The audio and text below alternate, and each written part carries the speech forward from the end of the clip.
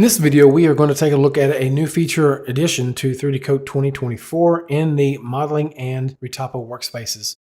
So I have a primitive object that I have applied to a polygroup layer, and I'm also in the select mode. With that active, I can choose which sub-object mode I want to work in. But with this specific tool, Edge Flow, we want to be in Edges mode.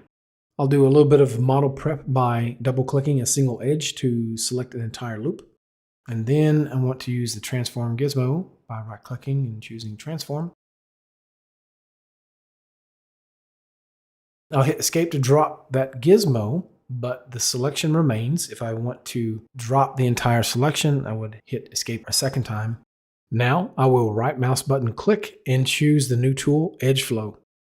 The default value for the degree of curvature is set at 1, but I increased it to 3 previously for the sake of demonstration. I can see the profile. If I want to just preview how that will look, I can hit OK. I'll hit Ctrl-Z to undo, and we will try it again, adjusting the curve inwardly. The default value provides a predictable curve between surrounding edges, but as you can see, we can adjust the curvature inwardly or outwardly as needed. That's a quick look at using the new Edge Flow tool in 3D Coat's Retopo and modeling workspaces. Thank you for watching, and we will see you next time.